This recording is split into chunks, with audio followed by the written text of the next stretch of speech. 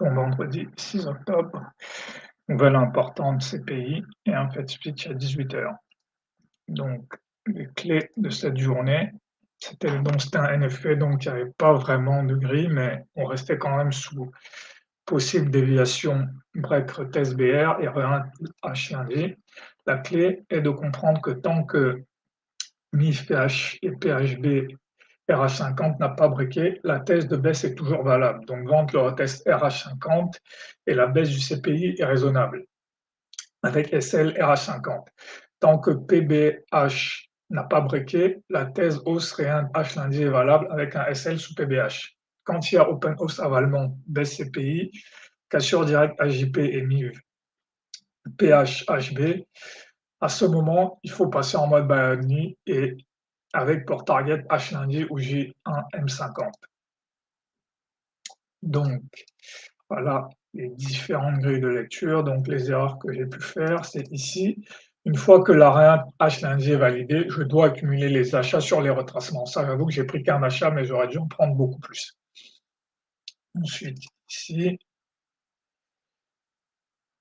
voilà, ce n'est pas, en fait, est-ce que le reversal va aller plus loin? C'est une question que je me suis posée à un moment. C'était, en fait, j'étais en train de me demander, est-ce que le reversal va s'arrêter sur la première, sur le premier niveau ou continuer? C'est pas comme ça. Le bon raisonnement, c'est open hausse avalement de toute la baisse du CPI, cassure directe de AJP, cassure du RH50, buy only. J'achète n'importe quel reversal et si ça continue de baisser, j'achèterai sur le RB50 et si on dépasse le RB50, là, je ferai un flip switch ou là, je passerai en mode vente.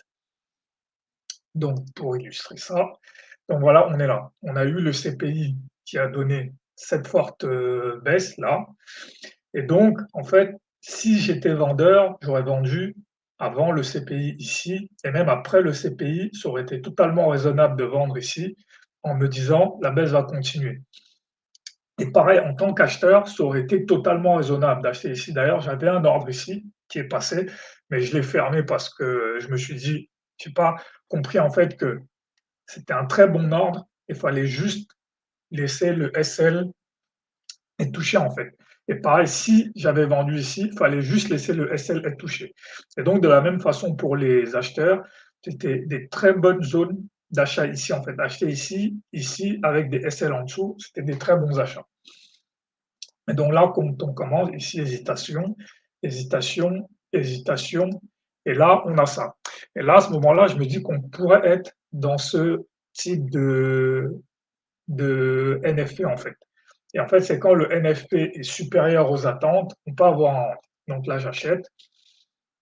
Là, pour moi, on allait s'arrêter là, donc je ne rajoute pas, mais ici, j'aurais dû rajouter. Ici, j'aurais dû rajouter parce que là, c'était très probable que ça, c'était un deep buy. On allait revenir chercher cette zone ou au moins cette zone et je pouvais mettre un RR de 1. Donc voilà. Là, maintenant, je sors, je m'attends à un reversal, mais là, ça continue. Là, j'ai pas de piste pour rentrer en fait. Sauf peut-être ici en H1. En H1, je suis quand même rentré ici parce que je me suis dit que là, c'est une opportunité de swing. Mais ici, en journalier, je me disais que là, je ne savais pas ce qui se passait là. C'est là où il faut être patient, en fait. C'est là où il faut être patient et pas faire de faux mots et se dire que là, maintenant, s'il y a un reversal, là, je vais acheter. Et donc là, le reversal s'enclenche ici et c'est là où il ne faut pas se poser la question, est-ce que le reversal va s'arrêter là? Est-ce qu'il va s'arrêter là? Est-ce qu'il va s'arrêter là? Il faut se dire, maintenant, j'achète tous les reversals et si j'ai un reversal qui descend plus bas, je rachèterai encore plus bas et je rachèterai encore plus bas, en fait. Là, il faut vraiment se dire que la seule chose à faire maintenant, c'est d'acheter. Et ici, pour les vendeurs, ce n'est plus raisonnable de vendre ici, parce que maintenant, ce qui devient le plus probable, c'est qu'on va aller chercher soit cette zone-là, soit on va aller fermer ce gap-là, en fait. Donc, pour les vendeurs, ce qui devient raisonnable, c'est par exemple de vendre ici avec un SL ici. Et donc, voilà, ici, à partir d'ici, de toute façon, buy only, avec très important, la target, c'est ici, retour sur le plus haut de lundi, ou voilà, ici, la mèche 50 ici. Donc, si on raisonne une fois de plus en trader, c'est très simple. Je suis acheteur. Où sont mes zones?